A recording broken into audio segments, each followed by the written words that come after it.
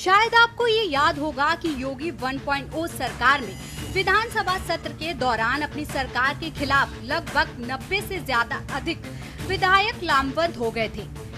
कारण सामने आया कि इन विधायकों की जिले के अफसर सुनते नहीं, जिसे लेकर विधायक धरने पर बैठ गए थे। लेकिन अचानक आधे घंटे में ही धरने पर बैठे सभी विधायक बिना कुछ बोले अपने स्थान को प्रस्थान कर गए।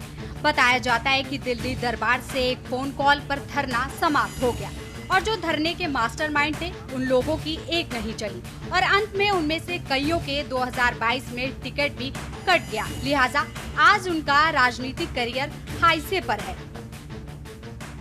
केंद्रीय नेतृत्व की ये जिम्मेदारी बनती है कि वो कहीं रिफ्ट हो, कहीं मतभेद हो, कहीं आपस में टकराव की स्थिति हो तो उसमें हस्तक्षेप करे और स्थितियों को सामान्य करे। लेकिन ये भी इतना सच है कि जनप्रतिनिधि जो हैं, चाहे वो विधायक हों, एमपी हों, एमएलए हों, पार्टी के पदाधिकारी हों, कार्यकर्ता हों, उनके मन में घनघोर नाराजगी अधिकारियों के प्रति, ब्यूरोक्रेसी के प्रति है, क्योंकि वो उनको बिल्कुल लिफ्ट नहीं देते, उनकी सुनते नहीं, उनको टहला देते हैं, घुमा देते हैं या उनके काम नहीं होते। तो ये नाराजगी इसीलिए जब उसमें था तब लगभग 100 विधायक, विधानसभा का सत्र चल रहा था, हम सब लोग वहाँ लॉबी में जब पता लगा तो हम लोग वहाँ से भाग के आए तो देखें चरण सिंह की मूर्ति के पास जो है वहाँ सब धरने पर बैठे हुए थे। तो उन लोगों की नाराज़गी थी कि अधिकारी हमारे सुनते नहीं हैं, हमारे ज़िलों के, हमारे क्षेत्र के काम नहीं होते हैं और वो लोग काम नहीं करते हैं, दूसरों के काम कर देते। तो ये तो तब भी थी, लेकिन ये बात सही है कि जब धरने पर बैठे थे उसके थोड़ी देर के बाद ही वो धरना टाइम फिक्स हो गया था। आपको बता दें कि इसी तरह संगठन में भी हुआ। यूपी बीजेपी संगठन में कई लोग अपनी ही सरकार में तैनात अफसरों की तानाशाही की बात करते थे, लेकिन उनका भी वही हाल हुआ कि संगठन में जिस पद पर थे उस पद को गंवाना पड़ गया। आज भी वो अपने घर पर बैठकर संगठन की राजनीति और सरकार की आलोचना दबी जुबान से करते हैं। कहते हैं कि जब तक दिल्ली दरबार में अच्छी सेटिंग नहीं होगी तब तक ऐसे ही रहना पड़ेगा। भारतीय जनता पार्टी है और भारतीय जनता पार्टी राष्ट्रीय पार्टी है। जो राष्ट्रीय पार्टियां होती हैं वो कोई एक व्यक्ति के ओरिएंटेड नहीं होती है और जब एक व्यक्ति को ओरिएंटेड नहीं है तो नेचुरली उसका निर्णय उनका एक डेमोक्रेटिक तरीके से संसदीय व्यवस्था है, पार्टी का आंतरिक लोकतंत्र है और पार्टी के एक संगठन का एक तौर तरीके है। जब उस पार्टी के संबंध कोई विषय होगा तो उसी एक जो फॉर्मेट है उसमें जाएगा, गुजरेगा और उसी से निकल के ही कोई निर्णय, कोई भी समाधान और कोई भी व्यवस्था आएगी। अच्छा, रही बात ये कि केंद्रीय क्यों, जो ये तो मैंने आपको बता दिया कि क्योंकि ये राष्ट्रीय पार्टी है इसलिए भारतीय जनता पार्टी के साथ होता है। आपको बता दें कि ताजा मामला सीएम योगी और डिप्टी सीएम केशव प्रसाद मौर्य का ले तो केशव की खुद की सेटिंग होने के चलते उनका मामला फिट बैठ गया।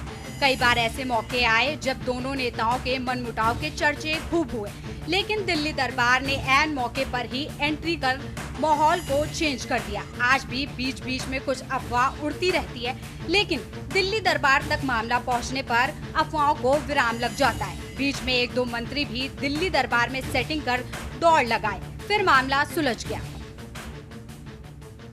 निश्चित रूप से केंद्र कोई भी मामला हो, खाली यही क्यों ले लें, संगठन में भी होता है तो दिल्ली से उनको दिशा निर्देश आ जाते हैं, टेलीफोन आ जाता है और कह दिया जाता है कि आप शांत बैठिए, इसको हम देखेंगे, इसको हम शार्ट आउट कर देंगे। लेकिन वो तात्कालिक एश्योरेंस हो जाता है और समस्याएं कुछ सॉल्व होती हैं, अधिकांश नहीं हो पाती। मामला अगर देखा जाए सीएम और डिप्टी सीएम केशव प्रसाद मौर्य का जिक्र किया जाए तो मामला इनका भी जो है कहीं न कहीं दिल्ली ही जाके फिर रुक जाता है।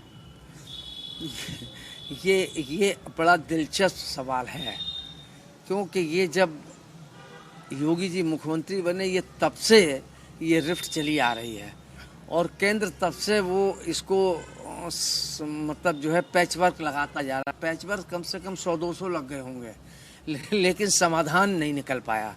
आज भी वही स्थिति बनी हुई है। वहीं अभी हाल ही में केसरगंज के पूर्व सांसद ब्रजभूषण शरण सिंह का ही मामला देख लीजिए। ब्रजभूषण खुले मंच और मीडिया में खुलकर सीएम योगी की खिलाफत करते थे। कहा जाता है कि ब्रजभूषण की सेटिंग दिल्ली दरबार में मजबूत है, इसलिए वो खुलकर यूपी सरकार की आलोचना करते थे और मीडिया में विपक्षी दल के नेता की तारीफ करते थे। बता दें कि अंत में ये भी कह देते थे कि विपक्ष के कई नेताओं से मेरे पर्सनल संबंध है। लेकिन अचानक ही 5 कालिदास आवास यानी सीएम योगी से मिलने पहुंच गए। अब कहा जा रहा है कि दिल्ली दरबार ने जो मनमुटाव था वो खत्म करवा दिया। 3 साल बाद दोनों की बातचीत शुरू हो गई। एक हम लोग थोड़ा सा बैकग्राउंड में चले जाएं। ब्रजभूषण शरण सिंह राजनेता के रूप में करीब 32 साल से वह संसदीय प्रतिनिधि के जनप्रतिनिधि के रूप में रहे हैं और वह भी एक ऐसी व्यवस्था का शिकार हुए कि उनको जो अपेक्षा करते हैं वो नहीं प्राप्त हुआ है। अब जब उनको इधर ये घटनाक्रम, क्योंकि कुछ ऐसी चीज़ें भी हो गई थी जो पार्टी को और समाज को और सिस्टम को नहीं, क्योंकि जब कुश्ती संघ के अवसर होते रहे, जो विवाद चर्चा है, जो विषय आए, उन विषयों को लेकर के वो एक जिस तरह से फंसे थे उसमें, क्योंकि वो जुडिशरी का मामला था, वो पुलिस का मामला था, दूसरे एजेंसीज का मामला था, उसमें बहुत कुछ किया नहीं जा सकता था। अब जब वो उसके बाद निकले, उसके बाद लोकसभा का चुनाव हुआ, अब ऐसे में ये अच्छा हुआ क्योंकि 35-32 साल से किसी व्यक्ति के पत्नी जीते या स्वयं जीते या उनके ही हाथ में हो, तो राजनीतिक किसी छोटी घटना को लेकर के आप राजनीतिक नुकसान भी नहीं उठाया जा सकता है। इसलिए उनके बेटे को टिकट दिया और वो लोकसभा का सदस्य बन गए। बहरहाल अब मामला साफ है कि दिल्ली में बैठे बीजेपी के बड़े नेता की परिक्रमा से दुश्मनी दोस्ती में बदल जाती है और जो बात नहीं माना उसके राजनीतिक सफर पर विराम लग जाता है। भले ही चर्चा हो कि सीएम योगी से दिल्ली दरबार नाराज है, ऐसी तमाम घटनाओं को देखने के बाद अब नेताओं की आंख खुलने लगी है कि यूपी सरकार से दिल्ली दरबार नाराज नहीं है, बल्कि समय समय पर मुख्यमंत्री की हर संभव मदद करता है और जो लोग नाराज होते हैं उनकी भी नाराजगी दूर करने का काम करता है, यानी आपसी सामंजस्य बैठा देता है। उत्तर प्रदेश बीजेपी संगठन हो या उत्तर प्रदेश सरकार हो, कहीं न कहीं एक ऐसा मामला आता रहता है कि सरकार से कुछ जनप्रतिनिधि नाराज हैं और संगठन के लोग भी सरकार के रवैये से, खासकर अफसरशाही से नाराज हैं।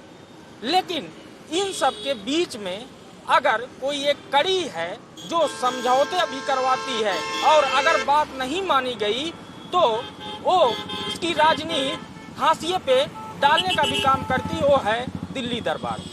देखिए, दिल्ली दरबार में अभी हाल ही में कुछ ऐसे नेताओं की एंट्री हुई जहां पे जाके लोग मिले और फिर उनका मामला सुलझ गया। वहीं कुछ लोग ऐसे भी हैं जिनका मामला आज तक नहीं सुलझा है।